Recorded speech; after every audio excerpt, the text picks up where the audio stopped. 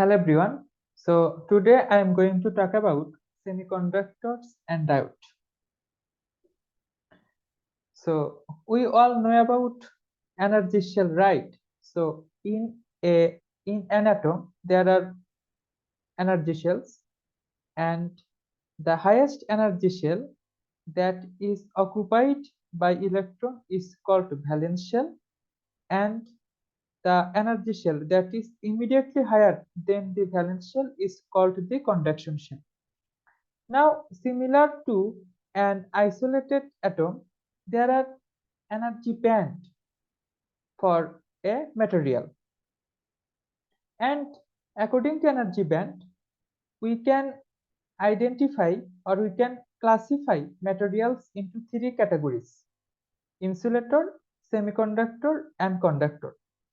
For insulator, the energy gap difference between valence band and conduction band is very high. As a result, it is very difficult to move an electron from valence band to conduction band. And since electron resides in conduction band is used to conduct electricity, insulator is very bad conductor. On the opposite side, for conductor, there is no energy gap between conduction band and valence band.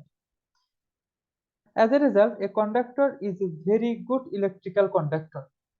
Now, for the case of semiconductor, the energy gap between valence band and conduction band is in moderate range. For example, for silicon, the energy gap between valence band and conduction band is around 1.1 electron volt. And at room temperature, the thermal energy is sufficient to move an electron from valence band to conduction band. Now, on the other hand, for insulator, this energy gap is very high, around 5 electron volt. So it is quite difficult. Now, if the temperature rises, the electron from valence band moves to conduction band. As a result, the electron density at conduction band rises and the conductivity of a semiconductor increases with temperature. So at T equal to 0 Kelvin or at absolute zero temperature, a semiconductor acts just like an insulator. But with temperature rises, more electron moves from valence band to conduction band, and the conductivity of a semiconductor rises. Now, for an intrinsic semiconductor, in this case, there will be equal amount of electron in the conduction band and equal number of holes in the valence band.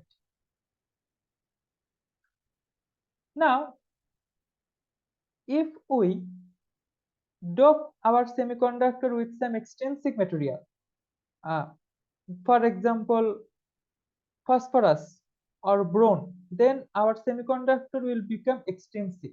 And by doping, we can make p-type or n-type semiconductor. And this type of semiconductor is called extrinsic material.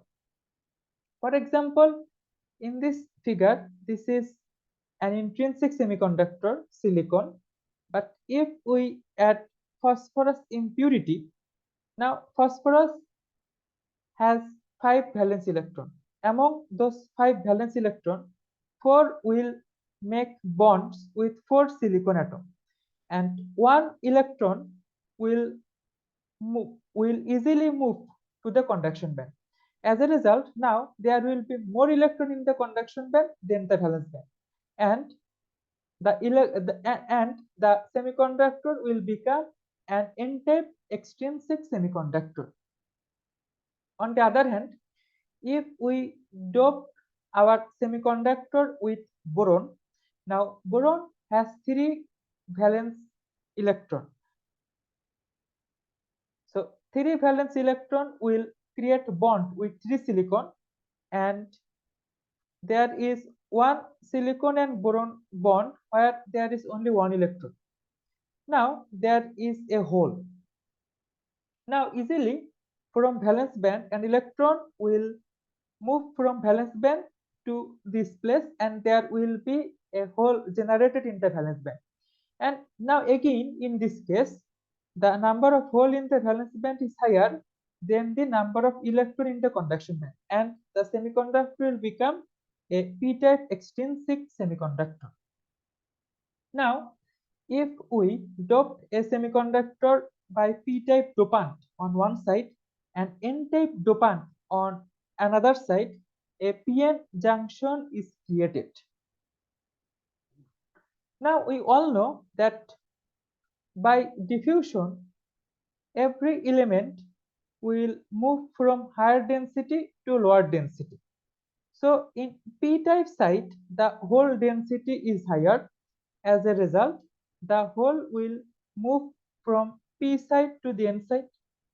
On the other hand, in n site, the electron density is higher, and this electron will move from n to the p site.